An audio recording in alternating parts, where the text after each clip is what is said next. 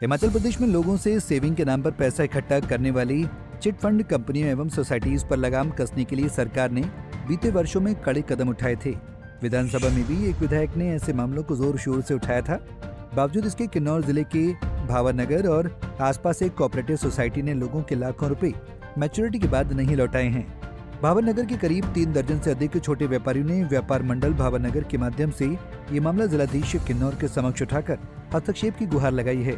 जिलाधीश ने registered cooperative society को निर्देश दिए थे कि इस पर तुरंत कार्रवाई हो।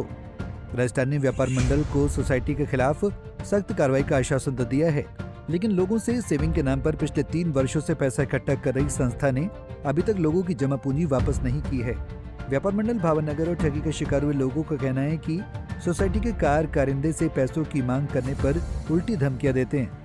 ऐसे में कुछ छोटे व्यापारियों को तो जमा पूंजी वापस न मिलने के कारण आत्महत्या करने तक की नौबत आ गई है। उनका कहना है कि लोगों की देनदारियां चुकाना इस हालत में मुश्किल हो रहा है। सोसाइटी उनकी जमा पूंजी देने से मना कर रही है। ऐसे में उनके पास कोई दूसरा रास्ता नहीं बचा है। उन्होंने ठगी करने वाली संस्थाओं को तुरंत बंद करने की मांग की है ताकि आम लोग ऐसे जालसाजों की झांसे में न आए। प्रधान व्यापार मंडल भावनगर सर, हमारे यहाँ जो यहाँ पे भावनगर बाजार में एक कोऑपरेटिव सोसाइटी थी, माना अभी भी मैं भी काम कर रही है वो बाजार के अंदर। तो इन्होंने जो है पूरे बाजार से माना हर एक व्यापारी को और व्यापारी के साथ अन्य जो कुछ लोग भी है जो यहाँ के स्थानीय लोग हैं उनको भी माना अपने कस्टमर थे उनके, वो तो हर माना डेली बेसिस पे कलेक्शन करते थे। तो देर से देर जो है बहुत से लोगों को उनका जब पैसा जमा करने का टाइम पूरा हो गया और जब उनको निधि उनकी वापस मिलनी थी ब्याज सहित, तो निधि ब्याज सहित तो छोड़ो, उनको अपनी निधि ही वापस नहीं मिल पाई।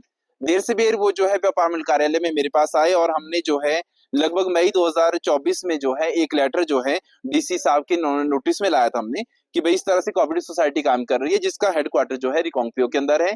और भावनगर बाजार में जो हर एक व्यापारी जो है, मैं समझता हूँ कि भावनगर का ही जो एरिया है हमारा, लगभग 35-40 लाख रुपया जो है यहाँ पर कोऑपरेटिव सोसाइटी ने जो है ले रखा है और लोगों को जो है सोसाइटी असमर्थ है, लोगों को पैसा नहीं दे पा रही है। अब समझ में ये नहीं आ रहा कि इस सोसाइटी ने पैसे का यूज किस तरह से किया और कहाँ डाला लोगों का पैसा। अब मेन बात यही है कि हम यही चाहते हैं आपके चैनल के माध्यम से, हम स्थानीय प्रशासन से और सरकार से यही निवेदन करते हैं कि जो ये कोऑपरेटिव सोसाइटी है इसके विरुद्ध जो है कुछ सख्त से सख्त कार्रवाई की जाए और लोगों के जो पैसे हैं वो लोगों को प्रोवाइड कराए जाए, क्योंकि आए दिन लोग जो है मेरे पास आते रहते। मैं यहाँ का स्थानीय दुकानदार हूँ जी।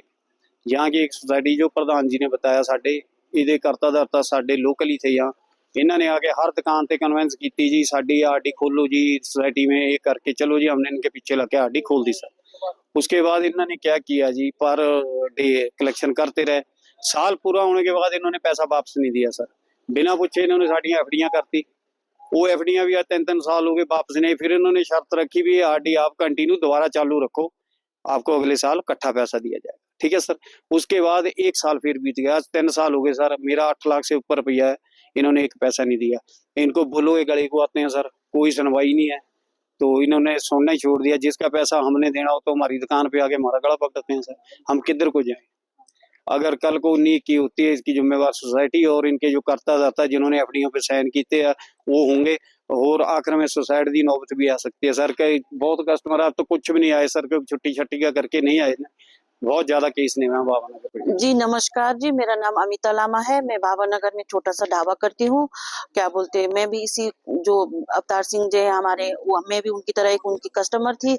हमारे पैसे 70,000 रुपये फंसे हुए जी। बहुत मेहनत करके जमा करते थे, पर डे के 200 रुपये, और वो आते थे हमारे से ले जाते थे। हमारा साल हो गया, उनके बाद हम उनके पास लेने गए। उन्होंने बोला कि नहीं, अभी भाभी बोला ऐसा है वैसा है जी, रिश्तेदारी उसमें लगाने लगे।